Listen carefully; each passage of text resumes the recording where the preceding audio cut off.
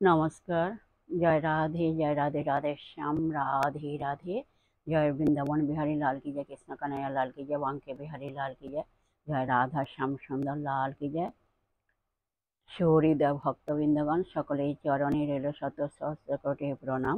বড়দের প্রতি রইল শ্রদ্ধা ভালোবাসা, ছোটদের প্রতি রইল স্নেহ ভালোবাসা।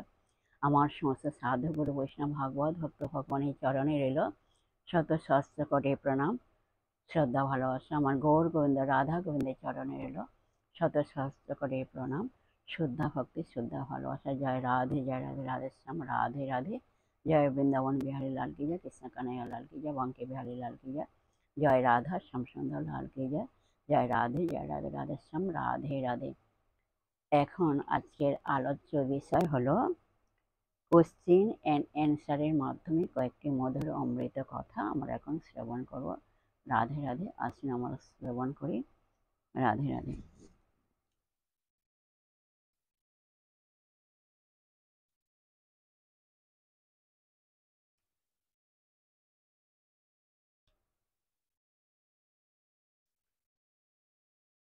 শিক্ষামূলক মধুর অমৃত কথা। 1 নম্বর, মন। স্থূল শরীরের মধ্যে সূক্ষ্ম শরীর, ওই সূক্ষ্ম শরীরের নাম হলো মন। শরীর যেমন স্থূল ভূত দ্বারা গঠিত, সূক্ষ্ম শরীর মন তদ্রূপ সূক্ষ্ম ভূত দ্বারা গঠিত। ভূত মাত্রই শক্তির আধার।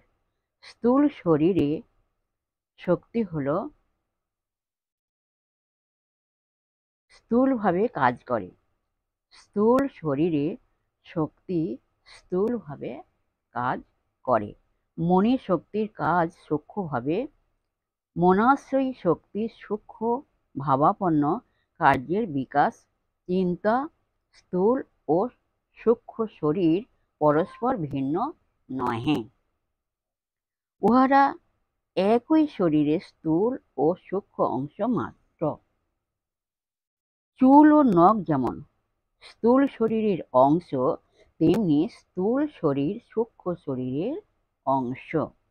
যেমন আমরা চুল ও নখ কাটিয়া ফেলি, তেমনি মরিবার সময় স্থূল শরীর ত্যাগ করি, কিন্তু মন সঙ্গে যায়। কিন্তু কি হয়? মন আমাদের সঙ্গে যায়। খাদ্যের সূক্ষ্মাংশে মন তৈয়ার হয়। এক সর্বব্যাপী বিরাট মনের অংশ হলো আমাদের ভিন্ন ভিন্ন মন। পরবর্তী কোশ্চেন, ঈশ্বরী বা ভগবানের প্রতি ভালোবাসা আসে কিভাবে?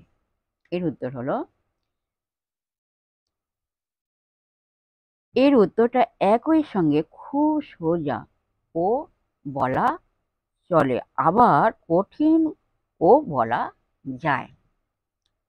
সোজা বলছি এই জন্য যে আমরা প্রায় শুনে থাকি যে যদি আমরা তাঁর অর্থাৎ ঈশ্বরের বা ভগবানের আরাধনা করি বা তাঁর কাছে প্রার্থনা করি, সৎ ও পবিত্র জীবনযাপন করি, তবে তাঁর প্রতি আমাদের ভালোবাসা আসবে। কথাটা শুনতে যদিও সোজা, কিন্তু পালন করা অত্যন্ত কঠিন। যখনই আমরা এগুলি অভ্যাস করতে চেষ্টা করি, তখনই আমরা বুঝতে পারি এ কাজ কতটা কঠিন। পরবর্তী কোশ্চেন, কিভাবে ভগবানকে দেখা যায়?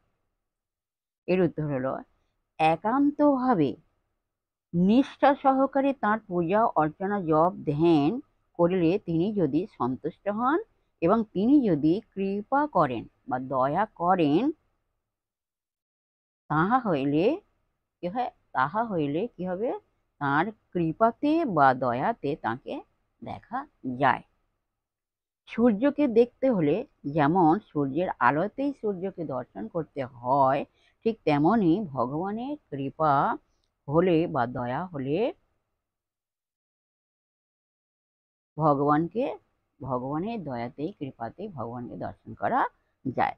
তাঁর প্রতি যদি শ্রদ্ধা ভক্তি থাকে তাহলে তিনি কৃপা করে দেখা দেন, যেমন মা যশোদাকে তিনি দেখা দিয়েছিলেন। এরকমই শাস্ত্রে অসংখ্য উদাহরণ দেয়া আছে। যাই হোক, পরবর্তী কোশ্চেন, সর্বাত্মভাবে সংসারের আর্তিহরণের জন্য ঈশ্বরের আশ্রয় গ্রহণ করলে কি লাভ হয়? এর উত্তর হলো ঈশ্বরের অনুগ্রহে প্রকৃত শান্তি এবং বিষ্ণুর নিত্য পরম পদ লাভ হয়। পরবর্তী কোশ্চেন, ভগবান শ্রীকৃষ্ণ অর্জুনকে বলেছেন, যদি তুমি অহংকারের বশবর্তী হয়ে আমার কথা না শোনো তাহলে কি হবে জানো? এর উত্তর হলো, তুমি বিনাশ প্রাপ্ত হবে। ভগবান শ্রীকৃষ্ণ অর্জুনকে কি বলছেন? তুমি বিনাশ প্রাপ্ত হবে। পরবর্তী কোশ্চেন, সর্বদা সর্বকর্ম করেও ঈশ্বরের শরণাগত যাঁরা ঈশ্বরের প্রসাদে তাঁরা কি লাভ করেন? এর উত্তর হলো, ঈশ্বরের প্রসাদে তাঁরা শাশ্বত অব্যয় পাদপদ্ম লাভ করেন। শাশ্বত অব্যয় পাদপদ্ম লাভ করেন।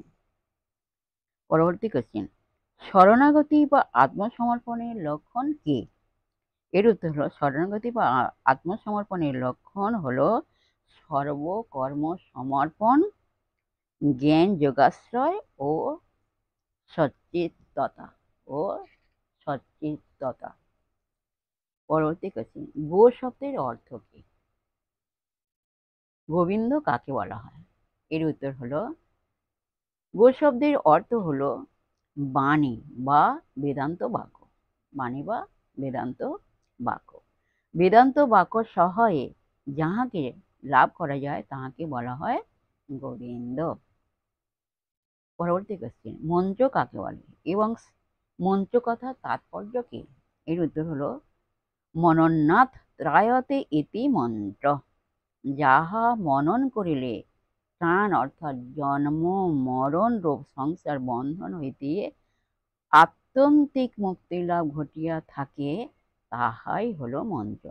সুতরাং মন্ত্র কেবল মাত্র শব্দ বিন্যাস নহে, মন্ত্র হলো অর্থবহ শক্তিশালী শব্দ বিশেষ বা শব্দ সমষ্টি।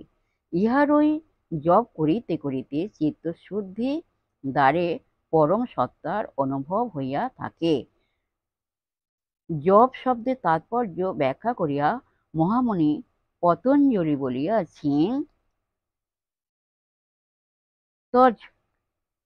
তজ্জ জপস তদর্থ ভাবনম, অর্থাৎ তাহাই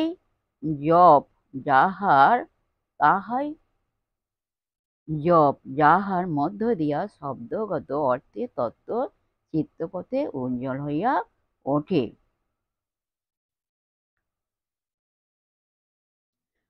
পরবর্তী কোশ্চেন, প্রাণের পাঁচটি কার্য কে কে?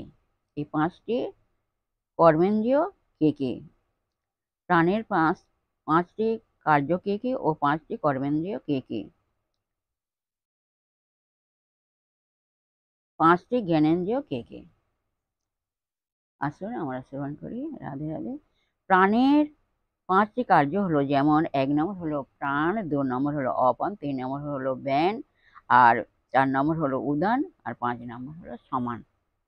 পাঁচটি কর্মেন্দ্রিয় হলো 1 নম্বর বাঘ, 2 নম্বর পাদ, 3 নম্বর পানি, 4 নম্বর পায়ু ও 5 নম্বর হলো উপস্থ। পঞ্চ জ্ঞানেন্দ্রিয় হলো 1 নম্বর চক্ষু, 2 নম্বর কর্ণ, 3 নম্বর নাসিকা, 4 নম্বর হচ্ছে জিহ্বা, আর 5 নম্বর হলো ত্বক। যাই হোক, এই পর্যন্ত আজকে বিশ্রাম রাখলাম। বিশেষ করে হৃদয় ভক্তবৃন্দের উদ্দেশ্যে বলছি, প্রত্যেকের উদ্দেশ্য বলছি, সবাই সুখে থাকবেন, শান্তিতে থাকবেন, আনন্দে থাকবেন, এক সেকেন্ডও নিরানন্দে থাকবেন না। সদা সর্বদাই আনন্দে থাকবেন। আর নিজ নিজ পিতামাতাকে দেখবেন, তাদের যেন দুঃখ কষ্ট না হয় সেদিকে লক্ষ্য রাখবেন। আর আসুন এখন মান অভিমানের পর্ব শেষ করে মনকে কাদা তালের মতো নরম করে শিশুর মতো সরল করে মনে মধ্যে অহংকার ত্যাগ করে আসুন আমরা এখন রাধা নাম কীর্তন করি। জয় রাধে রাধে শ্যাম রাধে রাধে। এক সেকেন্ডের আনন্দে থাকবেন না, সদা সর্বদাই আনন্দে থাকবেন।